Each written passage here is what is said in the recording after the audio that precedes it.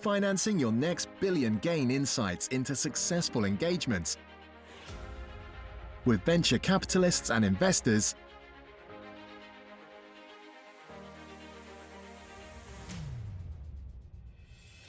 Get ahead of industry trends, hear from industry leaders, influencers, founders, policymakers, and governments.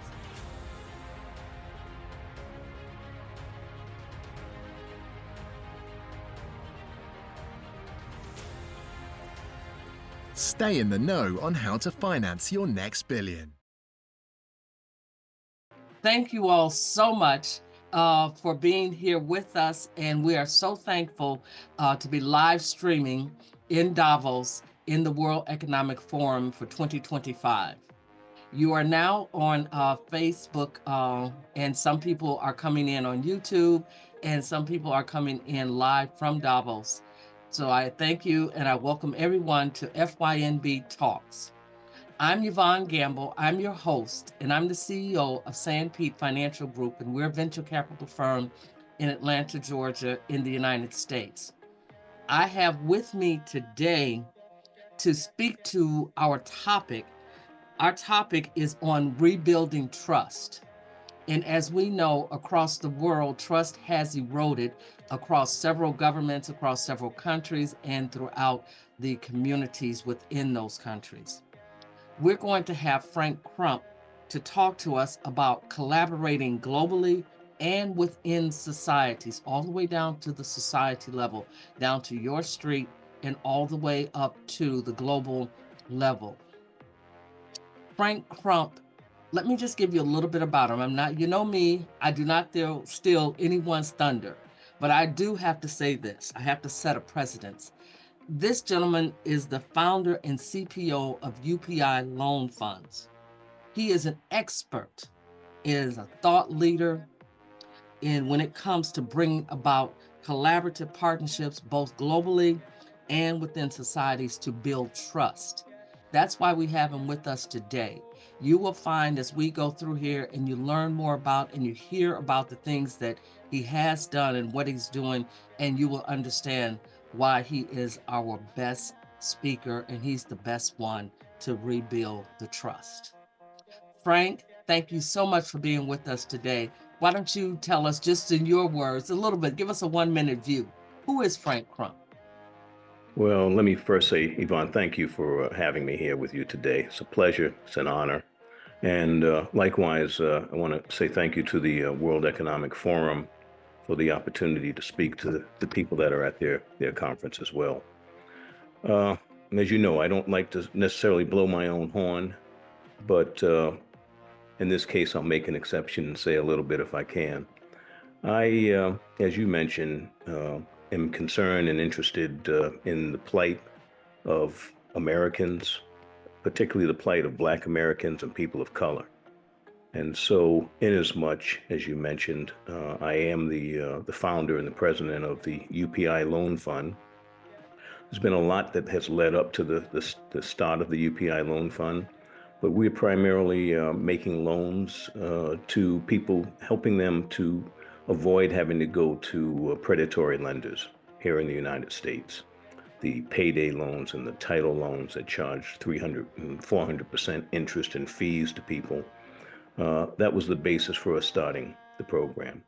The idea came to me by way of the Jewish Free Loan organization, which was started, I think, 70, 80 years ago, where the Jewish community put together money and said they would lend it out to any Jewish person that had financial difficulty. And the key there was that they would lend them the money, but they didn't have to pay any interest on the money, which is in keeping with the Jewish laws and the Jewish practices and ways when it comes to usury. When I saw that, I said this would certainly be something that I thought could certainly benefit again, people of color here in the United States and abroad, internationally. So our goal is land and expand here in the U.S. We've been doing this now going into our 5th year. We can talk more about it as we go on, but that's pretty much the intro, I think, would be good enough for the people at this point. Okay. Well, that's very good. I like that. And it's very interesting. You bring out the point that, one of the premises that tenets you followed, and that was of the Jewish, way of how they do it without having the interest, that is also in the Islamic way. That's the way that they do it. So yes, that is an old world way of actually loaning the money out. So what you give is what you receive back. So that's Exactly. good. I love that. But I want to really take us in, and I want to take us into this, considering what is going on in the United States. We'll start there first, and especially in the Black communities. How do you address? It's becoming more and more complex and fast moving, especially within that community. One of the tenets that's happening right now with the new administration that came in, where they're taking out some of the what would appear to be civil rights, which kind of folded over into what they call the DEI, diversity, equity, and inclusion. A lot of these are taken out. So now, put on the financial system, that seems to me is going to put more weight on the financial systems, and lending institutions such as UPI loans is now going to be called on even greater. So, with all these societal divides, how do you address this? Well, I guess I'd like to say I'm a citizen of the world. I've lived abroad, lived outside of the United States for more than 20 years, living in Bangkok, Thailand, and in Singapore. I've traveled the world, over 50 countries and more. And I think the old adage and saying that people are the same everywhere is true. Here in the United States, African Americans specifically have always been at the bottom of the totem pole. And as these changes that you just alluded to begin to take place, it's to really push them down even further. I know as a kid growing up, my parents, my grandparents, our ancestors used to always say, why can't, we as Black people come together and work together and do things? And we have. We've actually, with Black Wall Street and the many Wall Streets that we had in the past, exemplified the fact that, yes, we can work together and we can exceed any expectations as we do that. I also will say, if we look at the history of America, truth needs to be told. The truth with regards to the colonization of countries from Europe, the Europeans, the slave trade slave trade that went on here in America. And also, we need to look at the truth of Africa, where Africa has been portrayed as being backwards and slow in every negative possible way that you can think. But the truth is beginning to come out and be told by both Blacks and whites alike, with regards to the colonization and all that took place, with regards to the history here in America that many Americans, politicians, in fact, want to begin to try to erase, stating that they don't want their children to know how bad their ancestors were and the bad things that they had done to Black people. And then Africa as well, we know for a fact they've got all the minerals, they've got all the resources, and that's why they've been held captive for so many years by these other countries, the French, for an example.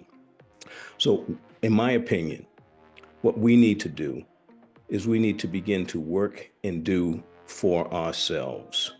You cannot rely upon this country, this government, or its people necessarily to be in our corner. When we talk about DEI, I heard a young lady speaking just the other day, and I think she made some great points. She said they're trying to disband DEI, and her point was, great, let's do that. Let's also do away with the fact that we've got these schools where she says we need to have Black schools with Black teachers teaching our children, and not having the situation as it was when we had the integration. She said integration was the worst thing that happened to Black people. And you hear that amongst many Black people these days. So I with UPI Loan Fund, that's what we're about. We're about moving into the financial market, creating for ourselves. The financial market is actually the last bastion that we've been held out of as a people, as a group, overall. The control of the financial market It's evident and seen in this country, in the United States, in and of itself. And the banks and the Federal Reserve and all of these things are beginning to be highlighted so that people are becoming more awake and more aware.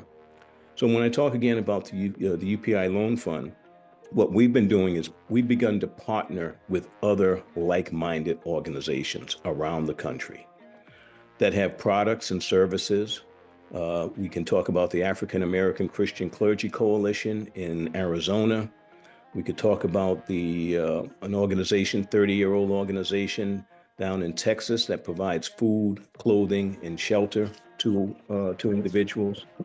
We can talk about the Multicultural Center, also in Texas, that primarily serves Muslim immigrants, and helping them to find their way and their path to new lives.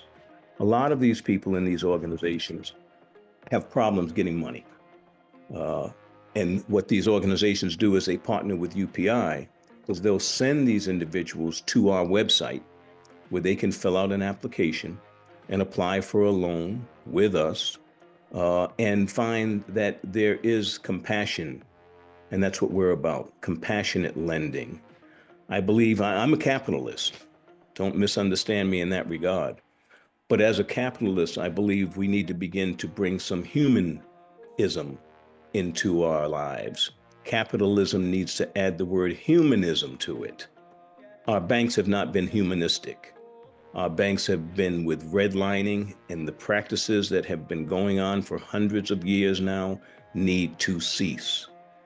Everyone in America, and as I say, we are also global in our mind thought and thinking here with UPI, but everyone in America needs to begin to realize, one, the whole idea of color, black and white, was a game that was played on all of us. It was a game to make one feel they're better than another. It's a game. It's about human beings, people, and we need to treat each other as people and humanize the way that we function as a society and culturally. I think if we do that, and I believe we can, that we will in fact have a great America. The DEI situation, one can look at it as being a negative. There are some people that are complaining. They have their products being sold in Target now and in Walmart's right now. They have contracts with them. But if DEI is disbanded as such, then they believe that they will lose the opportunity to sell the products and services that they've worked so hard to do for so many years. That may be true. That may be the plan. But everybody, as my mother used to say, God has a plan and man has a plan. They ain't always the same. So we need to pick up, work together, bring our resources together, hold hands, and that's with anyone, regardless of their place in this planet, as color goes. Anyone that's on the same mindset, that's what we're looking to do, to work with them, to join with them, and also on a global level as well. I love it. I love it. My goodness, you gave us a lot to unpack there. And I think I'm going to start here, where you brought in, you want to see change, and hopefully I'm paraphrasing and putting this correctly. I don't want to change your thoughts or your narratives, but you want the financial communities to become humanistic. Yes, yes. So therefore you will accomplish in that, just putting that out there into the atmosphere, into the ether, accomplishing that will take us forward a millennia, 1,000 to 2,000 years. It will take us forward in time when we begin to make the financial system humanistic. Because yes, as a capitalist, we want to make certain that we actually make a profit, but to have this system be humanistic, that would be of global prominence to be able to do that. I like the fact of what you're saying as far as compassionate lending and collaborative lending. I'm going to set that aside for a moment.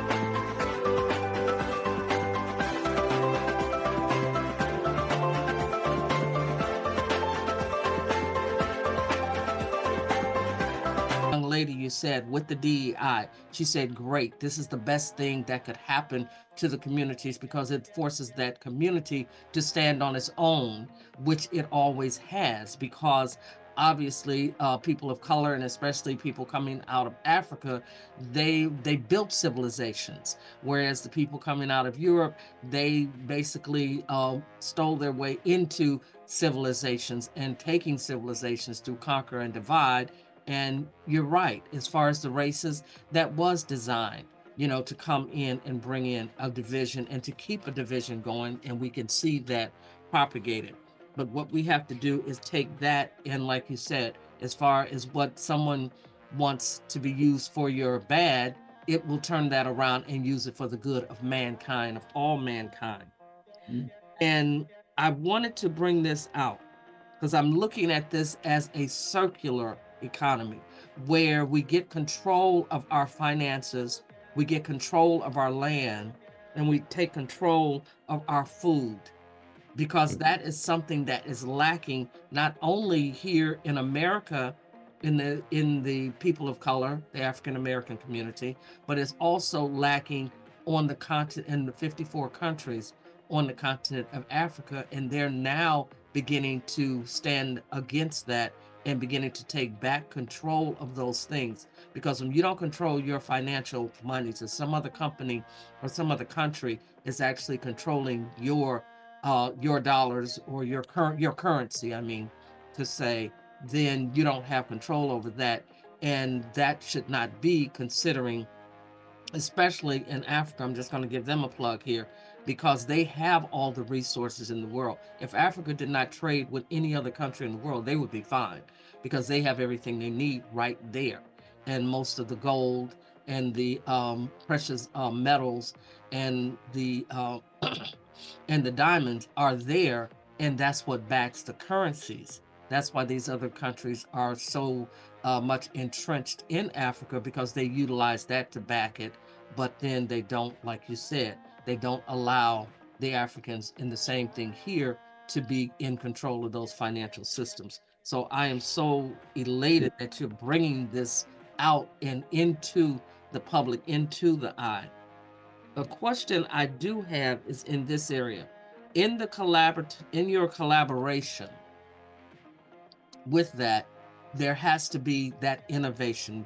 Now we are seeing the young people, they're coming out and they are, going to schools or what have you, or just coming out of high school, and they have great ideas as to what we can do, as well as, the older people who are now aging out, say, of an industry, or they're retiring, or they're finding themselves having to reinvent themselves and to redo something else, or to go to their next level.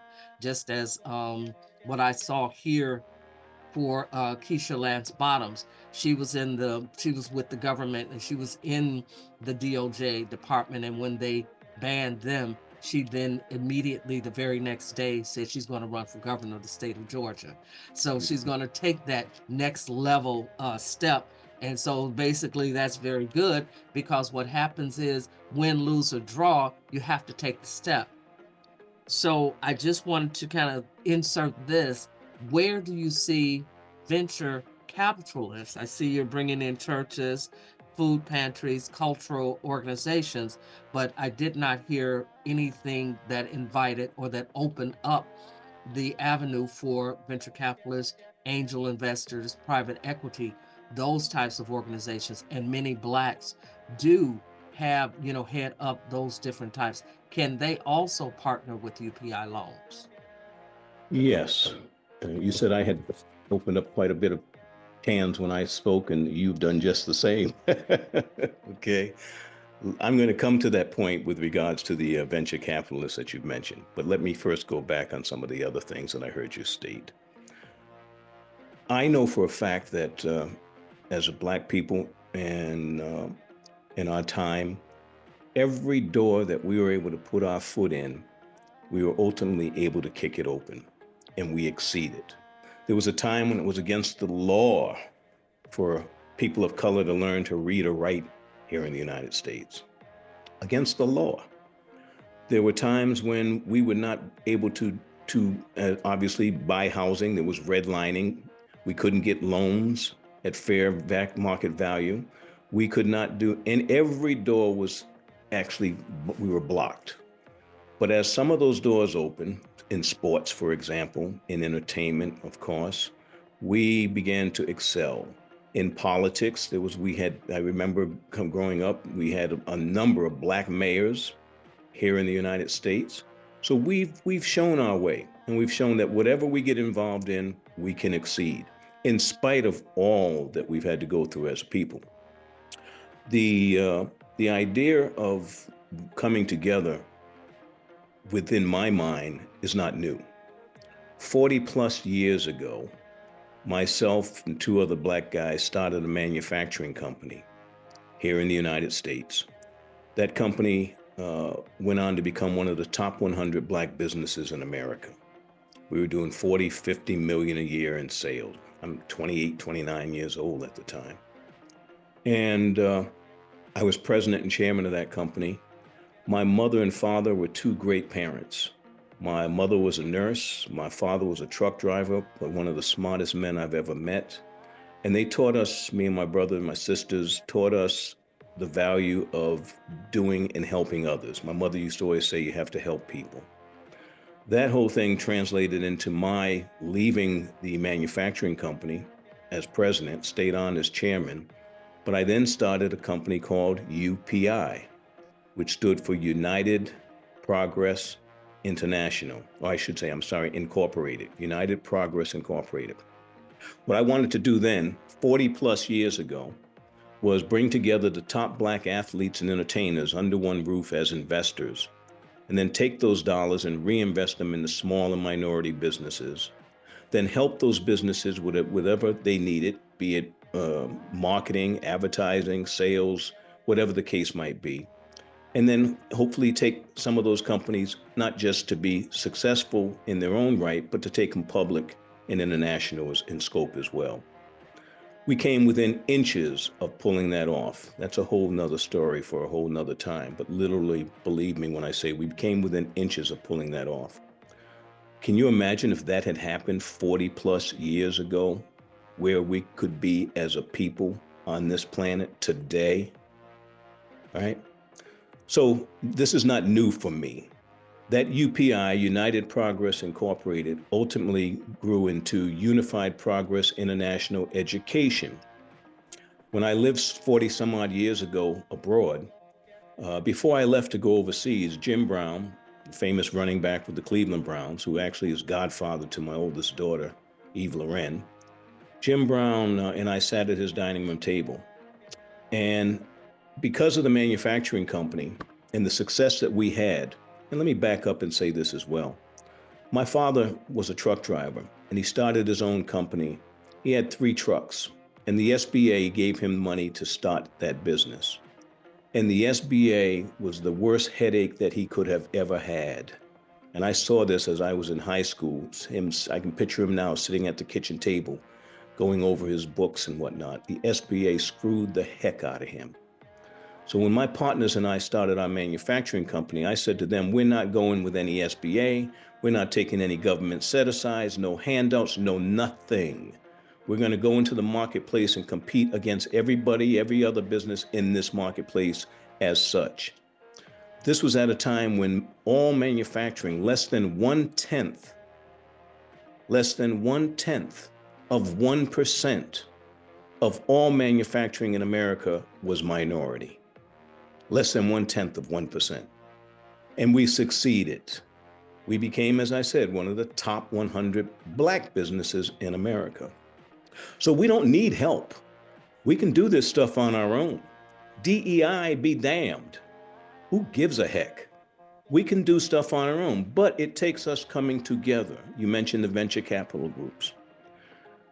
When I started, when we went let me go back. When Jim Brown and I talked at his dining room table, I told him I knew just about everybody there was to know in America at that time, as a result of my trying and working to do the United Progress Incorporated. I knew all the top athletes. I knew the top entertainers. We had on our board of advisors Congressman Parren Mitchell from Maryland, Congressman John Conyers from Detroit, who many people know these days, was on our board 40 plus years ago.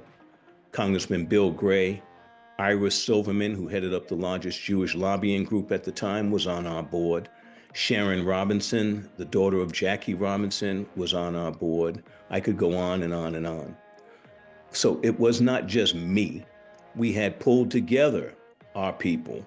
And so Jim and I sat and I said, Jim, when it didn't go, and as I said, that's a whole nother story because we came within inches, but when it didn't happen, I decided I wanted to become an international businessman.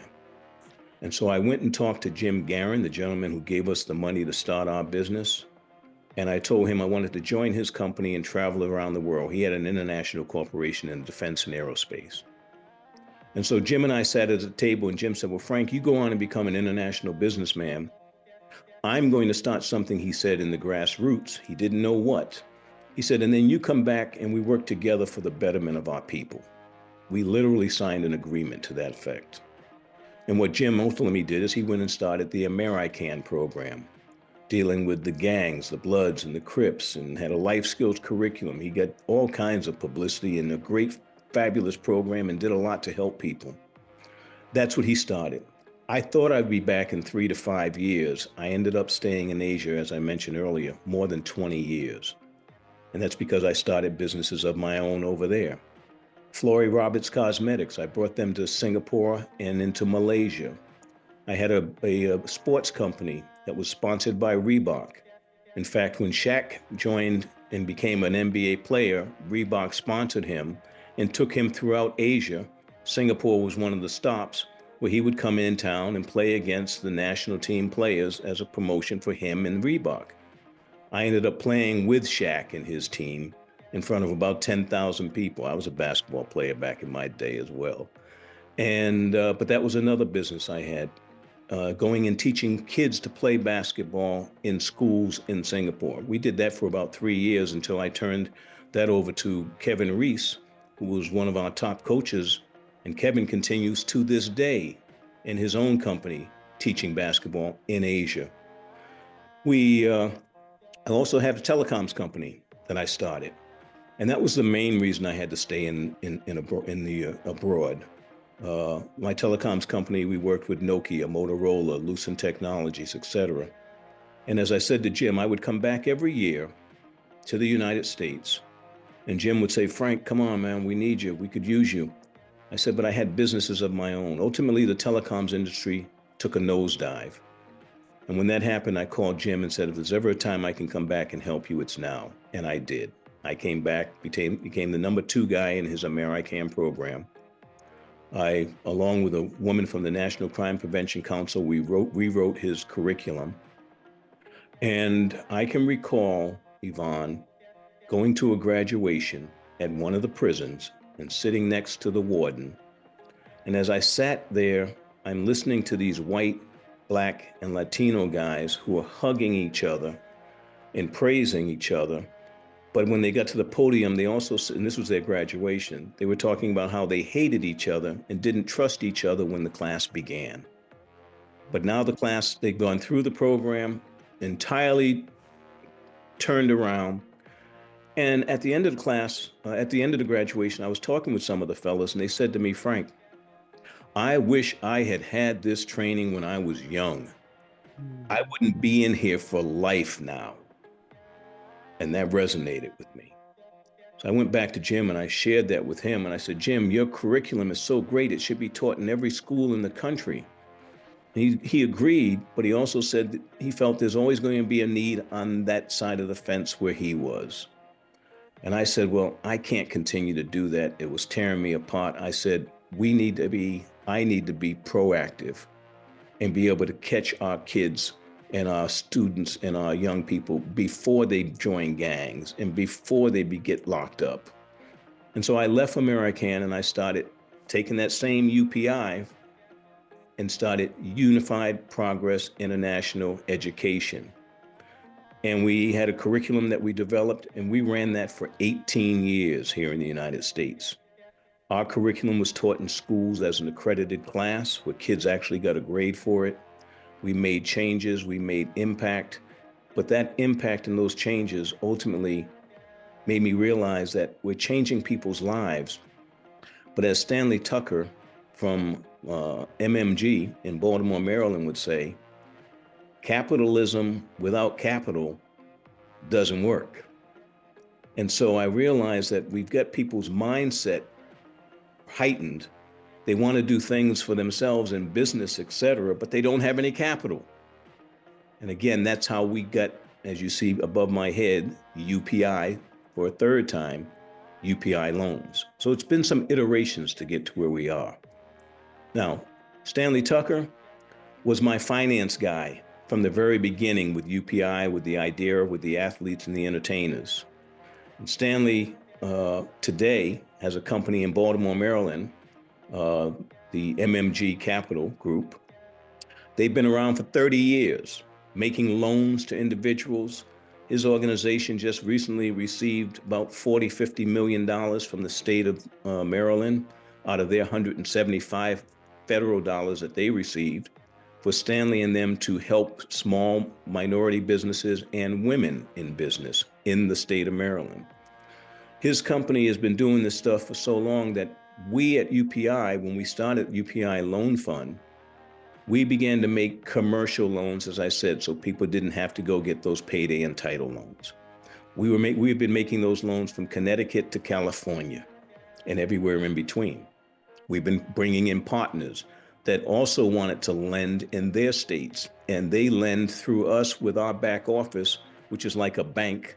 Anything a bank would do with your loan, that's what we can do, every aspect of it. So now organizations in Connecticut, organizations in Texas, organizations in other parts of the country are having the opportunity to lend, churches as well, to their individuals through us. And we manage all the back office for them. When we decided to make loans, bigger loans in the business sector, and we've made a few with UPI to date, but now we're talking 50,000 and above. We're talking 500 million and above. These loans, I've asked Stanley's group, that we should partner together. Rather than reinvent the wheel, we partnered with MMG, and they will do all the underwriting for us on the business loans, et cetera. We will do more of the same. There are other venture capital groups and companies out there that we have actually made contact with from our very beginning of the UPI Loan Fund, letting them know what we're about, what we're doing, saying to them, they've been doing this stuff for a number of years, and it's time we begin to work together. We're not competitors. We don't need to compete with each other. It's if we bring our resources together that we can make capitalism with capital. We can begin to go into Africa with money. You cannot do anything if you don't have money. You must have capital as a resource, in addition to the people resources, and in addition to the services and product resources. All of them come together to make up a society, to make up a community, to make up a country. And by doing this, we in fact can reignite the ideas of the Wall Streets that we had, but also take it to another level and reignite it within the country for all people. And we can reunite it for people abroad as well. Okay. Long answer to your question, but hopefully it gave you something there. It sure did. You answered my question, and you gave me a whole lot more, and a whole lot more that the people really need to understand.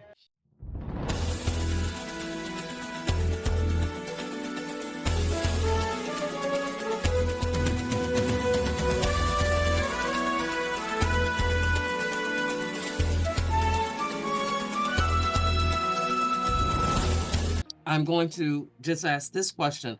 With the Educational Institute, you said it sounded as though that's not still going. Are you still doing that as an accredited class into the school systems or into the educational systems? That's a great question. The answer to that question, short answer, is yes. But we're not doing it directly. We now outsource it to other organizations. Okay. There's an organization in Dallas, Texas, that has our curriculum. The way they are using our curriculum, along with their products and services, is the fellow that heads this organization up is a former football player in the NFL. He is now the president of the NFL Retired Players Association in Dallas. And what he is doing from his knowledge, realizing that a lot of our players, when they retire or stop playing, their careers end, a lot of them have ended up being broke and they have no career. They have nothing because they've been an athlete all their life. All right, from middle school to high school to college to the pros. No backing in terms of what they want to do. So what this organization does is they're taking our curriculum, they're teaching the former players who wish to be involved how to deliver that curriculum and giving them a job and opportunity to not only make some money in a set job, but also begin to help our youth and utilize the curriculum in doing so. So yes, the curriculum is still alive and kicking. Excellent.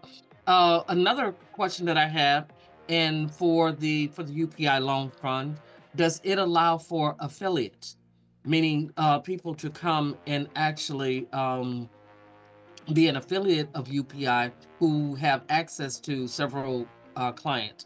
As an example, I have a working capital as a venture capitalist.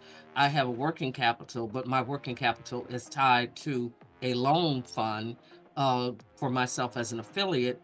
And so I don't have to do anything. They have it's their company. And so people just simply click, and then I have a page there.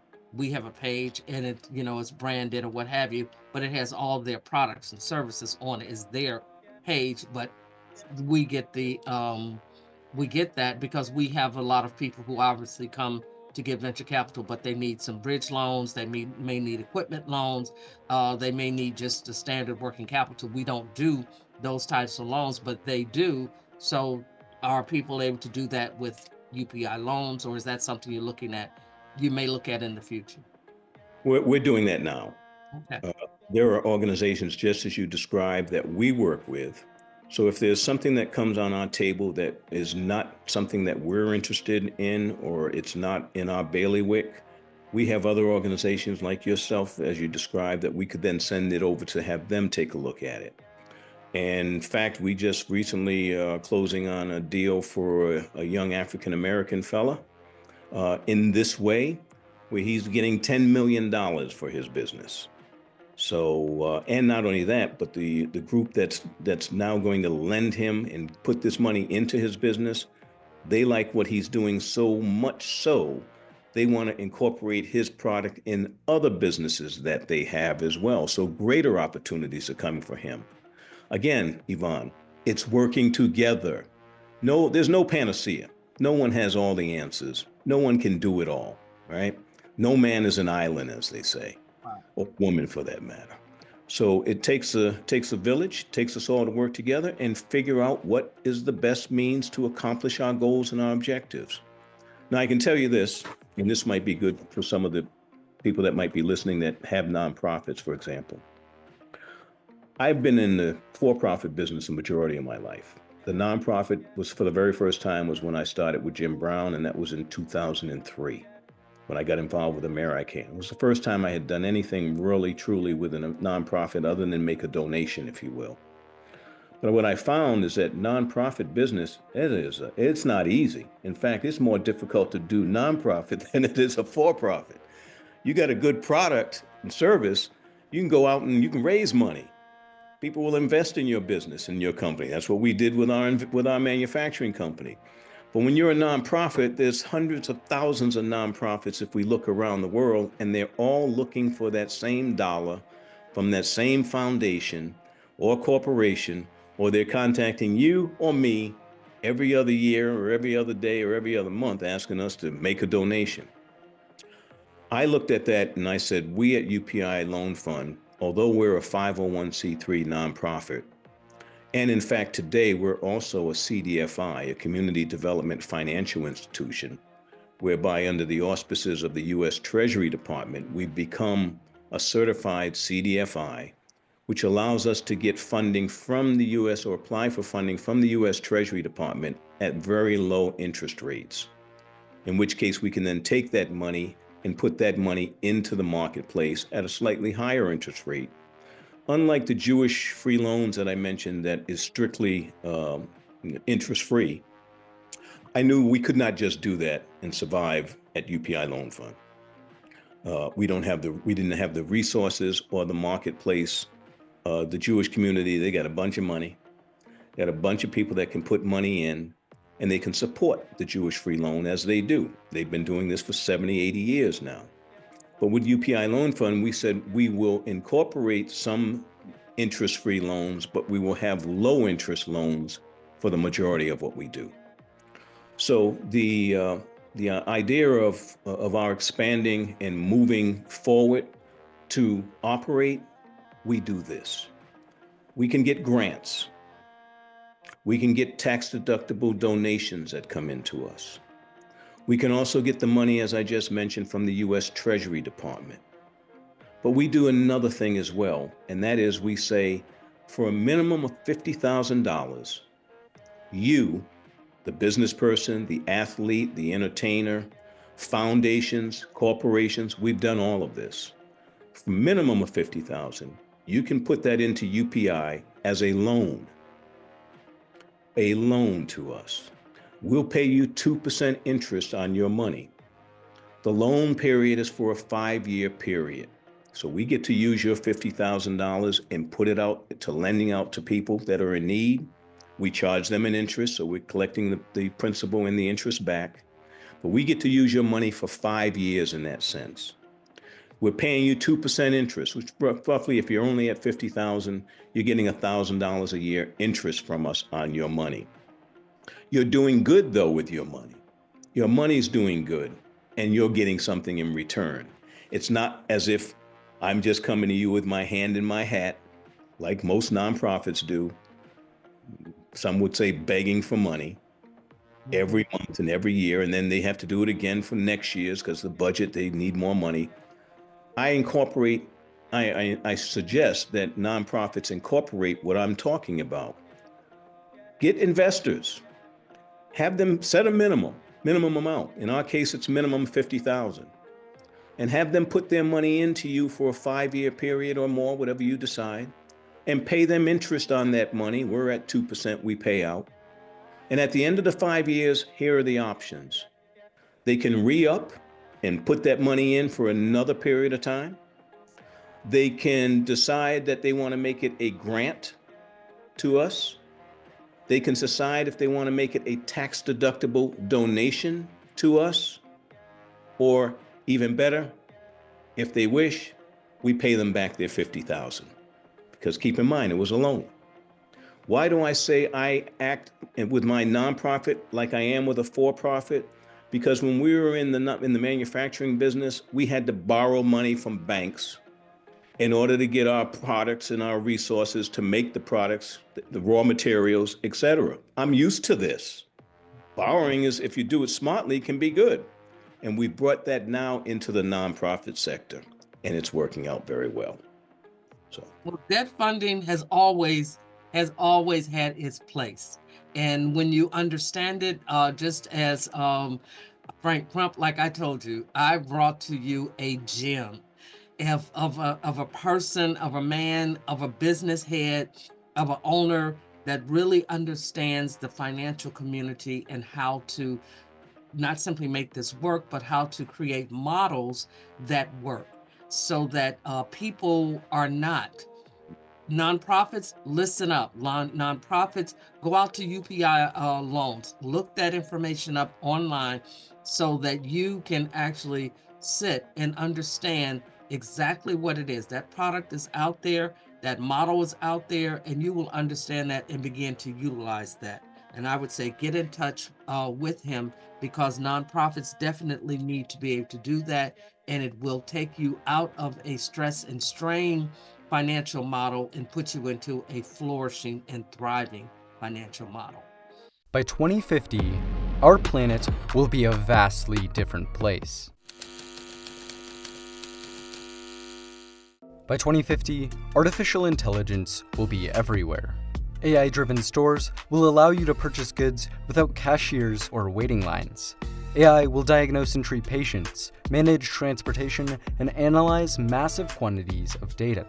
AI chatbots and voice recognition systems will sound like and behave just like real people. AI will be implemented into robots. By 2050, robot dogs and other pets will serve as companions. Robots will dominate factories and begin to serve as teachers, cooks, pharmacists, law enforcement officers, athletes, and other professionals. In 2050, universal translators will remove all language barriers and voice recognition will be ubiquitous. Hundreds of sensors will be installed in our clothes, homes, and overall environment to monitor our well-being and improve our lives. Computing will change. By 2050, we may run on quantum computers. Based on the properties of quantum physics, quantum computers could deliver massive leaps in computing power, outstripping any current transistor-based models. AI and computers will integrate into humans. Brain chips like Elon Musk's Neuralink will treat neurological disorders like Alzheimer's, Parkinson's, spinal cord injury, and blindness. These brain chips will allow people to control computers and prosthetics with no physical interaction. By 2050, we may be controlling things with our minds and communicating through brain signals. By 2050, robotic prosthetics may be stronger and more advanced than our own biological ones. Prosthetic eyes and ears will enter the market, curing blindness and deafness. And in 30 years, like AI, virtual reality will be everywhere. People will try on clothes in virtual reality closets, and holograms will bring FaceTime to a new level. VR platforms will allow you to move around while staying still. We will be able to travel the world and experience life on other planets, all from home. On that note, Yvonne, I could say that we look to partner with, as I said, nonprofits and for-profits that are of the same mindset as us, and with individuals. We have other entities within the UPI Loan Fund, which is our strategic business unit, which is made up of a lot of young people who have businesses of their own, and we've been mentoring them with their businesses. In fact, one called Wall Street Bound just last week, and they train youth so that they can become entrepreneurs in money matters, or they can become stockbrokers on Wall Street. And just the other day, Wall Street Bound, with their CEO, Troy, who's a member of our board of advisors, Troy had the students, his people, at Wall Street ringing the bell. All right. Wonderful. So we look for people like that. We look for organizations like that where we can hold hands and work together. So our website is UPI Loan Fund, FUND.US. It's UPI Loan Fund.US. If anyone's interested, we'd love to hear from you. Excellent. Well, I'm going to take it back and then I'm going to bring it forward.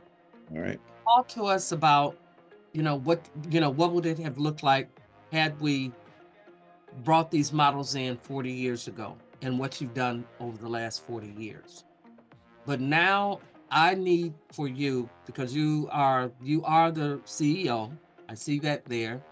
And CEOs are known as visionaries, meaning that visionary has to go and stand, and also has to be a futurist. They have to go and stand on the edge of tomorrow and look beyond and see what can be, and then come back and put in place all those necessary things to get us to that tomorrow. So I want you to take those people 100 years from now. What is UPI doing? What are we doing in the world 100 years from now that we put these different things in place? Or what will we need to put in place to get us there? I think if I hear what you're saying correctly, you want to know what I envision UPI Loan Fund to look like 100 years from now. That's right. Okay. I think if we're going to go that route, we have to first start and look at where are we coming from, and where are we coming from as a people. The UPI Loan Fund is a Black-led, Black-owned nonprofit, if you will. So where have we come from as a Black-led or as a person, a Black person in this country? We've come from a long haul, a long way. if you see the UPI loans above my head, it says Financial Services Institution. We don't have the institutions in this country that exist that are Black led or Black owned or that exist at all. Yes, we have some organizations that have been around for numbers and numbers of years, but are they in fact involved in just their little space? Or are they involved in a broader space that encompasses far more than just a little small space? I'm not going to say any names, but they have their position, and they've played that position for hundreds of years, in fact. The UPI Loan Fund, in my opinion, and that's why we say Financial Services Institution, we need to begin to build institutions in this country, Black-led institutions, if you will. And I say that because of the history that we have as a people coming from Africa. The African countries, I mean, it's in our DNA. We developed those things. Plato and those guys came to Africa to learn what they learned and went back to Europe, all right, or Greece or Rome or what have you. We have that in our DNA. So we need to stand up. Well, let me put it another way. If you want to talk about your greatest basketball players, who are they? You want to talk about some of your greatest baseball players? They're people of color. You want to talk about your greatest people that are doing the things where the doors have been open to them? We kick the doors down. So why don't we do it in the financial institution market? And that's what we look at UPI Loan Fund as. 100 years from now, I would expect that the UPI Loan Fund would stand as an institution that has stood the test of time and represents all people from a humanitarian standpoint. We're making loans. We're creating loans worldwide. We have a reputation worldwide, a great reputation. And we've led the way in changing the climate and changing the course of history, if you will, in this world, so that others have adopted some of the means and modes that I speak of today. And can you imagine where those means and modes are going to grow and develop over the next 100 years? So what I'm talking about today is just the little baby seed. We're planting that seed. When it plants and grows and sprouts, my goodness, can you imagine? When we have more than just the partners that we have here in the United States, but our partners are in India, Pakistan, South Africa, Korea, China, all around the world. That's what I envision 100 years from now. And it will still be in the financial market, as Stanley Tucker, head of MMG Capital, said, capitalism without capital doesn't work. So we would still be about the financial services side, but it's the other pieces that we bring where we're helping the lowest, the person at the bottom of the totem pole to make their life brighter, to give them hope, to show them a way and be there to help them, not to put them down, not to do redlining, not to keep them so they have to pay higher interest rates than we give to others. Let's do away with all the negative and work on the positive. Okay. All right. Well, my goodness, you heard it here first on financing your next billion. And that's exactly what UPI Loan Funds is actually looking to do. That's actually what they currently do. And over the next 100 years, that's what they will continue to do and to help others to do. I'm going to bring in one last topic from something you said. What happens when a group of the world's greatest minds gifted with wealth beyond our imagination buys a sprawling waterfront property in Toronto? They make plans for a $14.3 billion futuristic city, that's what. Sidewalk Labs released its Master Innovation and Development plans to turn a chunk of Toronto's Lake Ontario shoreline into the most futuristic city in the world. It would result in over 93,000 jobs and a better standard of living for its residents. And today, we're going to take a peek inside. Welcome back to our channel. If you haven't already, make sure you subscribe and ring the bell so you never miss a video from us. Google X Sidewalk Smart City. And you said you were a telecommunications owner and business. Yes. That was in the global community when you were in Asia. Now we're looking at 6G. 6G brings in with it non-terrestrial networks, satellite systems. Because what you're talking about and what UPI is doing, I can literally see it stretching across the globe. But what's very important, just as it's very important that we control our finances within our community, within our circle, we also must control our food supplies, our water supplies, our land supplies. But more importantly, we have to control the communications, Mm. because if we're continuously using someone else's communicate lines of communication, yes, we can work together collaboratively. But I want to, understand that when we actually have a medium that we have full control on it, will that change the narrative and will that change the culture? You know, the idea of YouTube, uh, the access that YouTube provides to individuals to bring forth their own thoughts, their own ideas, their business concepts, their voice, their singing voices. That has the internet in and of itself has opened up so many doors that the internet, AI, Bitcoin, all of these things, in my opinion, are here to stay. We need to be able to harness them. The gentleman that came up and started AI is the first to tell you that he's afraid of what could happen with AI if it's not, properly taken care of. It could go off possibly and do one of those Will Smith type movies. But our business, when I was in telecoms, we provided engineers to the industry.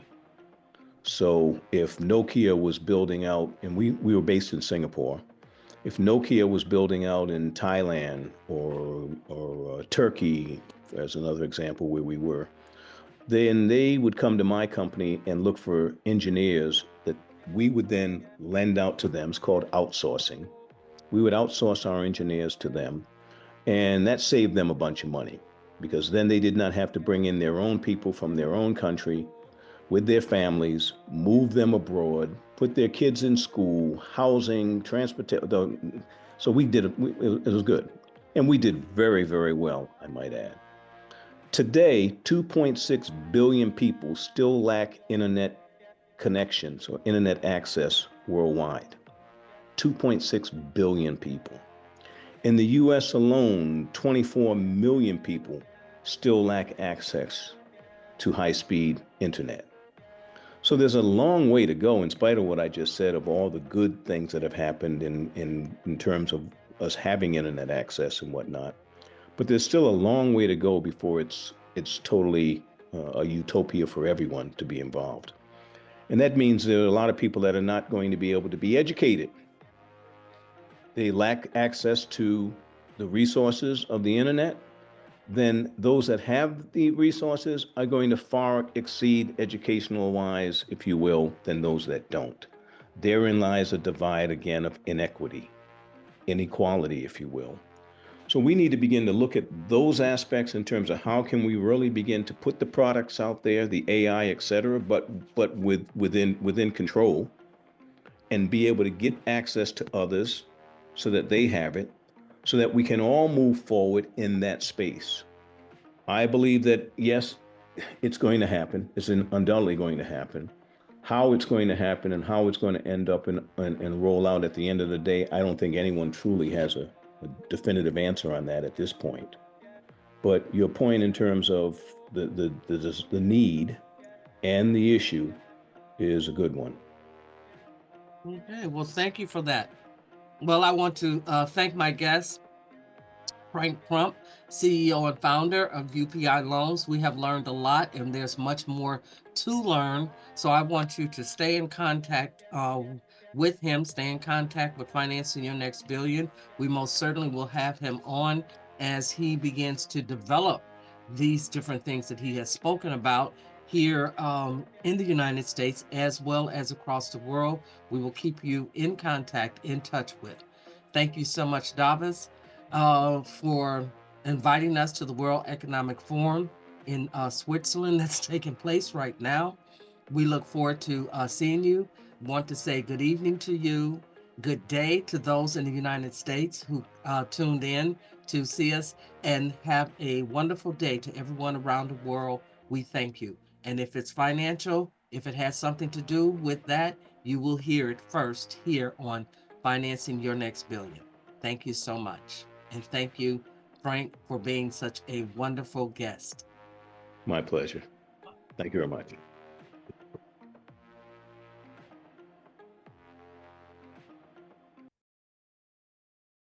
Financing your next $1 billion? Contact us to be a guest. Join us for the next show.